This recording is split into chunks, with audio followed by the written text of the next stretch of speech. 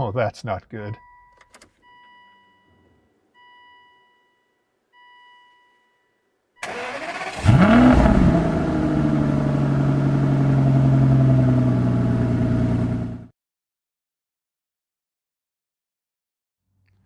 In this episode of Aston1936.com, this is my sequel to my battery change video from 6 years ago. All batteries eventually wear out, and this is the battery I fitted in my car 6 years ago, and it's reached the end of the road again. Is 6 years bad? I don't really think so. The warranty on this battery is for 4 years. I was hoping it'd get closer to 10 years, but like I said, all batteries wear out. This isn't a problem unique to Aston Martin. It happens to all cars, especially if your car just sits all the time. Now, my car, I don't put it on a trickle charger because it's my daily driver. I drive it every single day to work around town and things like that, so it's never on a trickle charger. It's always being charged by the alternator in the car itself. Regardless, when I cold start the car now, it's starting to sound like this. When, with a fresh battery in it, it should really sound like this. And if your car's starting to sound like the first video, let me show you what's going on. Now, I've already done a few things to try and diagnose what's going on with my car. I did a couple of things I think all of us should do. I made sure the headlights weren't left on. I didn't deplete the battery. I made sure I didn't have anything extra plugged in the car that was sucking down the battery. And then I put the car on the battery charger. With the existing battery in the car, you can plug in your trickle charger in the trunk for a day or something, or use a regular AGM charger and connect it and charge up. So I gave it a chance to charge all the way up, but I'm still having the problem after that. Probably after a full night of charging on a professional charger, it works good for a start or two, but then sort of gets back into the crappy status. So I've kind of tried the basic things, and so I wanted to figure out if I could diagnose that the battery was truly bad in the car. Maybe the alternator's not charging, I was worried. So how do you know it's really the battery? Well, there are some tests that you can do. In Aston Martin, since this is such a common issue with Aston Martins, and honestly all cars, it's not unique to Aston, they have a complete guide on vehicle storage and battery care and maintenance. So this is a 43-page printout. And so I went through this and I looked at what they wanted us to do to test the battery in the car. So it's the same instructions they give the dealer. I also watched a bunch of regular YouTube videos on how to test your battery, and all the information sort of lines up and says the same thing. So if you measure the voltage of the battery, and of course the battery is not under the hood in the Aston, but this battery jump post is, so we're going to be measuring it there. If it's 12.2 volts or less, the battery's toast. If it's between 12.2 volts and 12.65 volts, it needs charged. Well, if you've just charged it and and you do this step on getting rid of the surface power charge, I'm going to show you in a second, and it's still between 12.2 and 12.65, means it's not able to charge all the way up, and so it's probably bad. If the battery voltage is 12.65 or better, the battery's in great condition. So that's basically the framework. 12.2 or less, crappy. 12.2 to 12.65, charge it up if it hasn't been charged, and 12.65 or greater, good condition. So I'm just going to follow along with the guide here, and let's test mine and see what condition it's in. So to start with, as I mentioned, you don't want to do this test immediately after you've charged it or driven it. Remember, when you're driving the car, the alternator's charging the battery. So we want to give the car time for the charge to sort of settle down in the battery, because the battery will show an artificially high voltage level. It's called a surface charge if it's fresh charged, fresh driven. So if you've been driving it, just let it sit overnight. If you've just had it on the charger, let it sit for 4 hours before you go ahead and do this test. So that's one thing. You're going to need some tools. Well, a tool. You need a voltmeter. So this is I have a multimeter here. It's on 0 to 20 volts DC. You can pick one of these up at the local, automotive supply store or any place pretty much for, probably even under $20. So you need a simple DC voltmeter. So we're going to measure the voltage under the hood here. You could do it at the battery, but a pretty easy place to do it is at this jump point right here. So if you open the little door here, you can see there's basically a big old stud, and you can clamp on the positive connection there.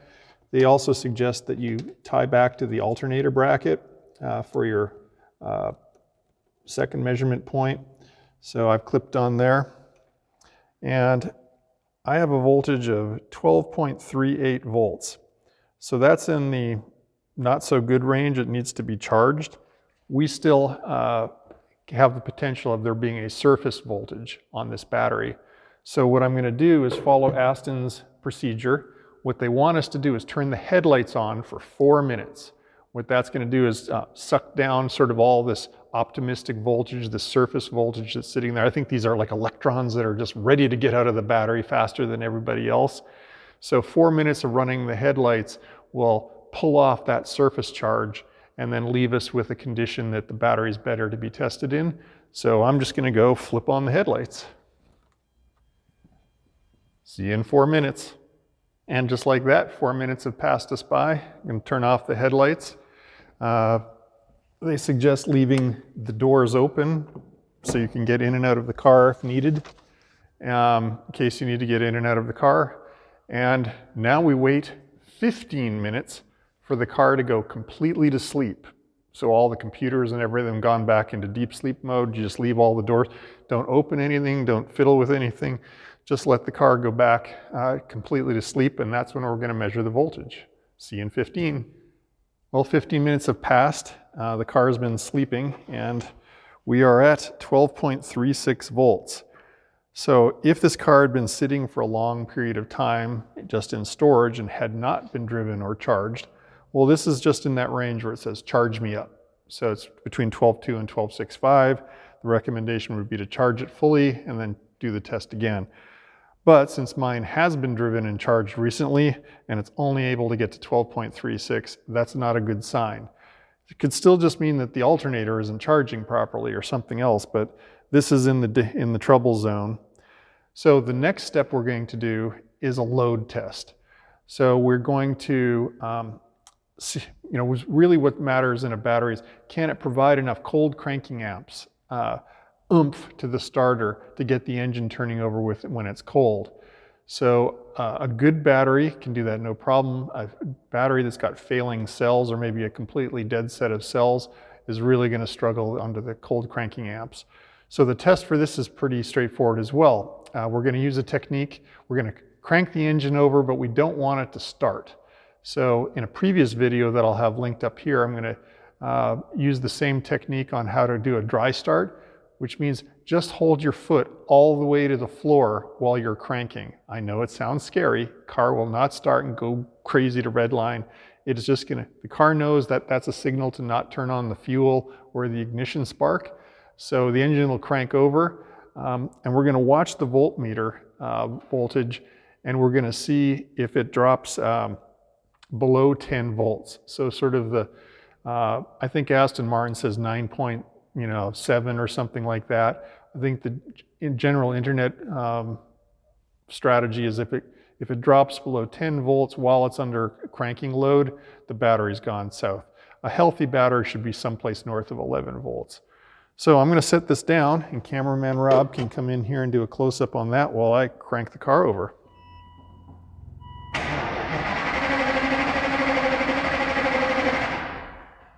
Wow, that's way below 10. I think we know where we're going.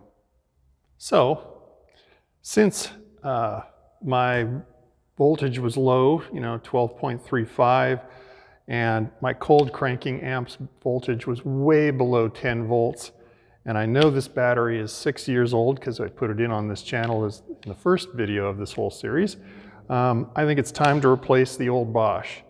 So when it comes time to replace your battery, this is the one part of our car where we have a plethora of options, right? Manufacturers just choose from standard size batteries that battery makers produce. So this is a BCI type 49 battery, group 49.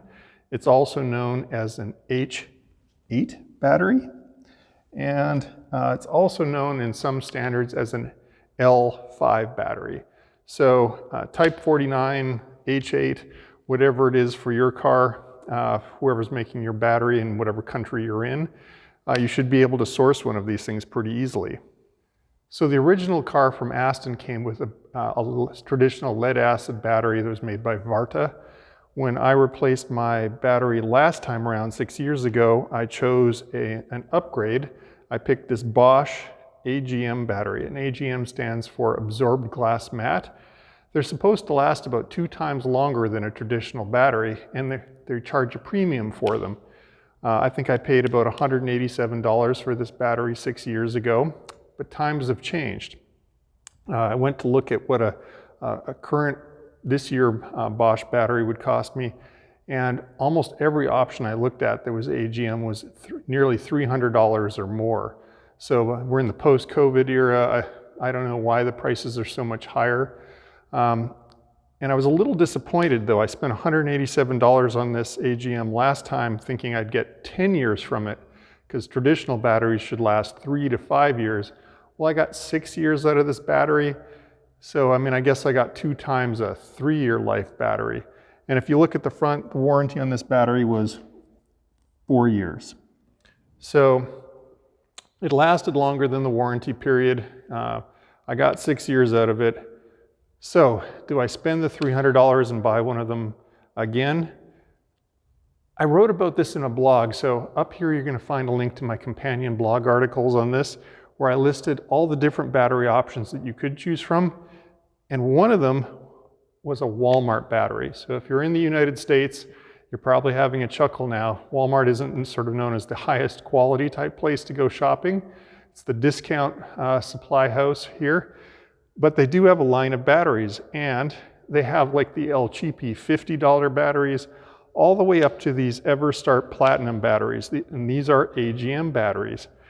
And so this is an H8 type 49 battery, same cold cranking amps. AGM has a 4-year warranty just like the Bosch, and this battery was $179.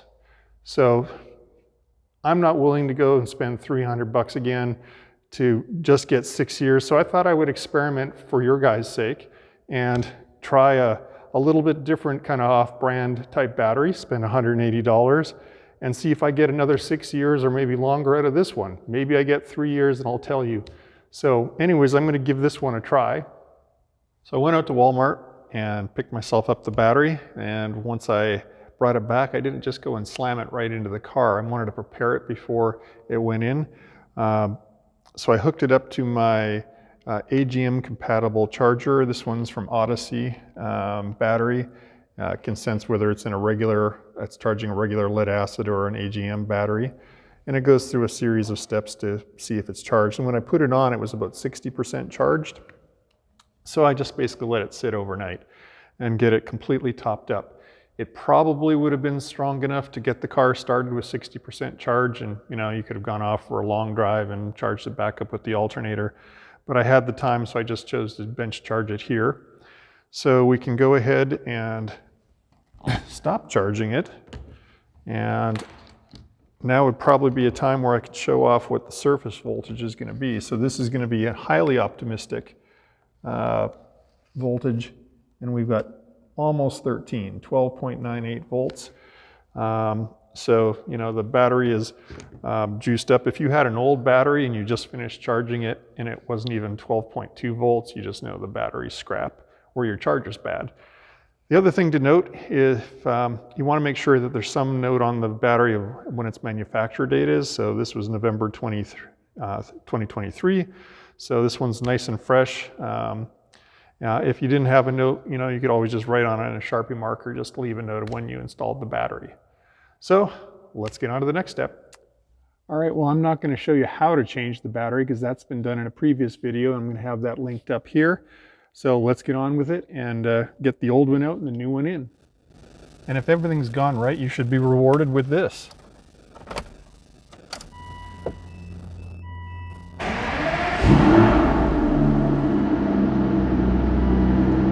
Nice.